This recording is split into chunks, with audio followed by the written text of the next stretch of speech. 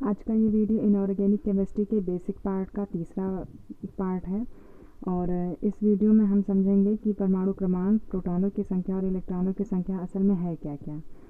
क्योंकि एटम तो हमने समझ लिया था कि एटम किससे मिलकर बना है, इलेक्ट्रॉन, प्रोटॉन और न्यूट्रॉन से।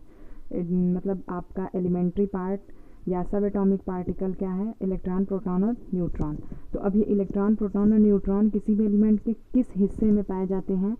तो जैसे आप देख रहे हैं कि हमने सोडियम की यहाँ वाले नीचे लिखा हुआ है 11, ये इसका परमाणु क्रमांक है जिसे हम इंग्लिश में एटॉमिक नंबर कहते हैं, और परमाणु भार को हम एटॉमिक मास कहेंगे। और इलेक्ट्रॉनों की संख्या तो इलेक्ट्रॉनों की संख्या है, तो नीचे वाला जो पार्ट है ये आपका ये परमाणु क्रमांक है। तो यही इस एलिमेंट का प्रोटॉनों की संख्या भी है ना।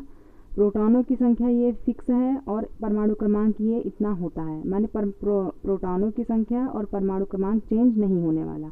ये जो आपको लिखा हुआ है यही दिखेगा सभी जगह, जो है यही है। लेकिन इलेक्ट्रॉनों की संख्या ये हो भी सकती है और नहीं भी। जब किसी भी एलिमेंट पर कोई भी चार्ज ना हो, जब किसी भी एलिमेंट पर कोई भी चार्ज ना हो, यानी वो किसी भी रिएक्शन में भाग ना लिया हो। चार्ज तभी होगा, चार्ज का मतलब होता है लेन देन करना। अगर आपने किसी से कोई चीज़ ली है या दी है तो ये आपको याद रखना पड़ेगा कि हमने कुछ लिया है या दिया है। तो ये लोग याद रखने के लिए अपने ऊपर क्या लगा लेते हैं, चार्ज। जितनी चीज़ें ली हैं उतना चार्ज, जितनी चीज़ें उतना चार्ज, ऐसे ये एलिमेंट ऐसे लगाते हैं। तो अब जैसे कि जेड हो गया परमाणु क्रमांक, ए हो गया परमाणु भार, और जिसे हम द्रव्यमान संख्या भी कहते हैं। तो इलेक्ट्रॉनों की संख्या भी हो जाएगी 11। कब हो जाएगी 11? जब ये किसी भी रिएक्शन में पार्टिसिपेट नहीं किया होगा।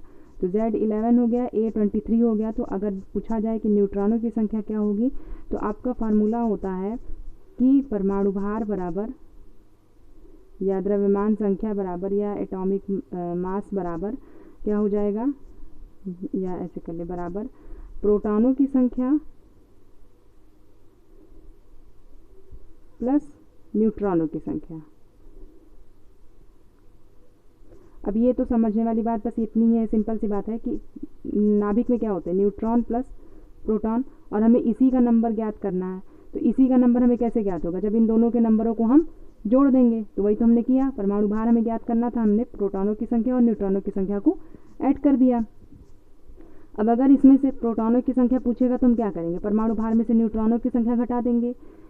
या न्यूट्रॉनों प्रोटॉनों की संख्या हमें दे दे और हमसे न्यूट्रॉनों की संख्या पूछे तो हम क्या करेंगे, परमाणु भार में से प्रोटॉनों की संख्या घटा देंगे, तो बचा क्या, न्यूट्रॉनों की संख्या। ठीक है।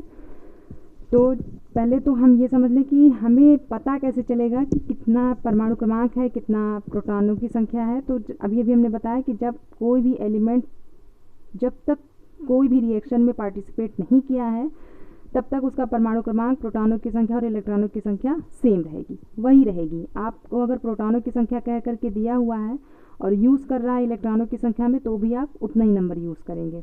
परमाणु क्रमांक दिया है और आपसे पूछा इलेक्ट्रॉनों की संख्या, तो कितनी रहेगी, वही रहेगी जो उसका परमाणु क्रमांक है।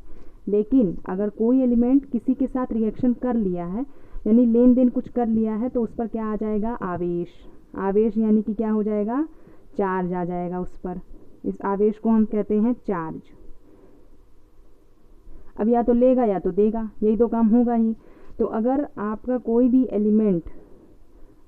एलिमेंट इलेक्ट्रॉन, इन लोग क्या लेन देन करेंगे, हम लोग तो पैसे का लेन देन करते हैं, ये लोग क्या करेंगे, इलेक्ट्रॉनों का लेन देन करेंगे। तो अगर कोई भी एलिमेंट इलेक्ट्रॉन को ग्रहण करता है यानी लेता है तो उसके ऊपर कौन सा चार्ज हो जाएगा, निगेटिव चार्ज। ठीक है। और अगर देता है, त्यागता है, अपने पास से छोड़ता है, किसको, इलेक्ट्रॉन को, तो उस एलिमेंट पर क्या हो जाएगा, पॉजिटिव चार्ज। यानी प्लस माने देना और माइनस माने लेना। तो जो एलिमेंट प्लस चार्ज रखेगा उसे हम कह देंगे धनायन, और इंग्लिश में हम कहेंगे कैटायन। और जो एलिमेंट निगेटिव चार्ज रखेगा यानी कि इलेक्ट्रॉन डोनेट करेगा, उसे हम कह देंगे एनायन या फिर ऋणायन। यही दो चार्ज होते हैं, बाकी कोई चार्ज नहीं होता, सिर्फ यही दो चार्ज होते हैं। और पूरी केमिस्ट्री इसी लेन देन पर ही टिकी हुई है। तो अगर एलिमेंट है कोई रिएक्शन में पार्टिसिपेट नहीं किया है, तो उसका एटॉमिक नंबर ही उसके इलेक्ट्रॉनों की संख्या हो जाएगी, प्रोटॉनों की संख्या ही उसके इलेक्ट्रॉनों की संख्या हो जाएगी, ये जैसा हमने ऊपर लिखा हुआ है। लेकिन अगर वो आवेश रखता है, चार्ज का लेन देन कर चुका है, तो उसका परमाणु क्रमांक प्रोटॉनों की संख्या होगी, लेकिन परमाणु क्रमांक और प्रोटॉनों की संख्या इलेक्ट्रॉनों की संख्या के बराबर नहीं होगी। मतलब जितना इलेक्ट्रॉन लिया है, अगर 1 प्लस चार्ज है तो प्रोटॉनों की संख्या अगर 11 बताया गया है कि मेरे कोई तत्व है उसके पास उसके प्रोटॉनों की संख्या 11 है, उसके इलेक्ट्रॉनों की संख्या बताइए और उस तत्व पर एक चार्ज है, तो अब आप क्या करेंगे, प्लस माने अभी हमने क्या बताया है, प्लस माने क्या होता है, त्यागना। एक चार्ज उसने त्याग दिया है, एक इलेक्ट्रॉन उसने त्याग दिया है, तो प्रोटॉनों की संख्या 11 थी लेकिन आप इलेक्ट्रॉनों की संख्या कितनी बताएंगे, 10 बताएंगे। ठीक है। ठीक ऐसे ही अगर क्लोरीन का 17 होता है तो क्लोरीन के प्रोटॉनों की संख्या या परमाणु क्रमांक 17 बोला हुआ है, लेकिन उस पर एक निगेटिव चार्ज है, तो निगेटिव चार्ज का मतलब क्या होता है, लेना। तो अब इसके इलेक्ट्रॉनों की संख्या कितनी हो जाएगी, 18। 17 थी, एक उसने ले लिया। बात समझ आई। तो अब हमने जो भी आपको समझाया है उस बेस पे आपको कुछ क्वेश्चन हम आपको दे रहे हैं। तो इस क्वेश्चन को पहले आप स्क्रीनशॉट ले लीजिए या फिर अपनी कॉपी में स्क्रीनशॉट ही ले लीजिए, बाद में आराम से अपनी कॉपी में लिख लीजिएगा। तो पहले तो क्वेश्चन आप अच्छे से देख लीजिए। मेरे ख्याल से अब पूरा क्वेश्चन आ जाएगा। अब स्क्रीनशॉट ले लीजिए। अब क्या करना है कि इन सब को आंसर को हम आपके सामने ही इन सब को सॉल्व करने वाले हैं। तो पहला क्वेश्चन क्या है कि एक परमाणु के नाभिक में 12 न्यूट्रॉन और 11 प्रोटॉन है, उसकी द्रव्यमान संख्या क्या होगी। हम यहाँ पर सॉल्व कर रहे हैं। तो क्या बोला है कि 12 क्या है आपके, न्यूट्रॉनों की संख्या कितनी है, 12, और प्रोटॉनों की संख्या प्रोटॉनों की संख्या यानी कि प्रोटॉन यानी कि Z। ठीक है, प्रोटॉनों की संख्या, और क्योंकि वहाँ परमाणु यूज़ किया गया है, आयन नहीं यूज़ किया गया है। जब आयन या धन आयन या ऋण आयन बोलेगा तो ही आप दिमाग लगाइएगा। वो परमाणु बोल रहा है तो आप P बराबर Z रखेंगे। तो Z कितना बोला था उसने, 11। अब आपसे सीधे सीधे A पूछ रहा है, तो A बराबर क्या हो जाएगा, P प्लस N यानी कि 12 प्लस 11 कितना हो जाएगा आपका, 23। अब उसने पूछा था, उसमें 2 क्वेश्चन था, उसमें पूछा था कि उसकी कक्षा में कुल इलेक्ट्रॉनों की संख्या कितनी, चूँकि क्या है वो परमाणु है, क्या है परमाणु है, तो प्रोटॉनों की संख्या, इलेक्ट्रॉनों की संख्या और परमाणु क्रमांक क्या होंगे, इक्वल होंगे। तो इलेक्ट्रॉनों की संख्या भी 11 होगी। तो इसका इलेक्ट्रॉनों की संख्या ये हो गया और एटॉमिक मास ये हो गया। ठीक है। फिर अगला क्वेश्चन है कि एक तत्व का परमाणु क्रमांक 19 तथा द्रव्यमान संख्या 39 है, इसके नाभिक में न्यूट्रॉनों की संख्या ज्ञात करनी है। तो सिंपल सा है, नाभिक में न्यूट्रॉनों की संख्या ज्ञात करनी है, यानी ए में से हमें क्या घटाना है, P। ए में से हमें P को घटाना है। तो A क्या है, 39 है, इसमें से हम P घटा लेंगे तो कितना आ जाएगा मेरा, 0 और 2, 20। ठीक है। अब यही पूछ लेता कि तत्व बोला ये, अब पूछ लेता इलेक्ट्रॉनों की संख्या, तो इलेक्ट्रॉनों की संख्या क्या हो जाती है, P की, यानी कि परमाणु क्रमांक की, यानी 19। ठीक है। अगला है एक परमाणु का इलेक्ट्रॉनिक विन्यास 1s2 2s2। इसको अभी रुके रहिए, इसको भी हम एक चीज़ आपको समझा लेंगे। इस क्वेश्चन को एक पॉइंट आपको समझाने के बाद समझाते हैं, इसको रोके रहिएगा। क्वेश्चन 3 रोके रहिएगा। क्वेश्चन 4 है समान परमाणु भार के 2 तत्व A और B के परमाणु क्रमांक 19 और 20 हैं। ठीक है।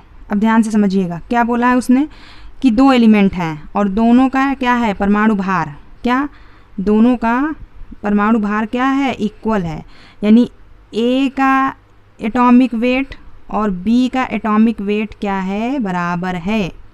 यानी A B नहीं करते, हम X Y करते हैं। X Y का A क्या है, इक्वल है, बराबर Y। ठीक है। अब समझाए कि X का A और Y का A क्या है, इक्वल है।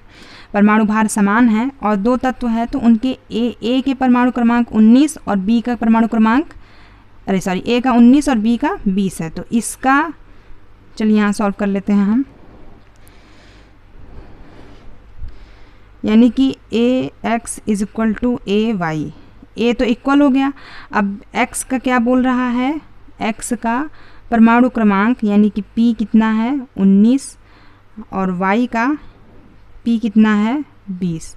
P यानी क्या हो गया, ZX और ZY परमाणु क्रमांक है, Z यानी परमाणु क्रमांक। ठीक है, X और Z में समझ लीजिएगा। अब क्या कह रहा है वो हमसे, कह रहा है कि यदि तत्व, क्वेश्चन ये आपका, यदि तत्व A के नाभिक में 21 न्यूट्रॉन है, यानी कि A के तत्व A यानी हम X समझ रहे थे ना, तो इसके नाभिक में न्यूट्रॉन कितने हैं, 21। ठीक है, न्यूट्रॉन 21 है, तो तत्व B के नाभिक में न्यूट्रॉनों की संख्या, ये पूछ रहा है आपसे, ये पूछ रहा है। ठीक है, अपने से सॉल्व करिए। अब हमें ये पता करना है कि पहले कोई सी से हो रहा है क्वेश्चन सॉल्व। हमें पहले ए को पता करना है। ए, अगर हमें एक का ए पता चल जाएगा तो दूसरे का ए पता चल ही जाएगा। एक का ए हमें किसका पता चलेगा? जिसके प्रोटॉनों और न्यूट्रॉनों दोनों की संख्या दी गई हो। तो x के प्रोटॉनों और x के न्यूट्रॉनों की संख्या दी गई है, तो हम a बराबर क्या कर देंगे? ये x के लिए है, ठीक है। x के लिए a बराबर क्या हो जाएगा? p प्लस n हो गया।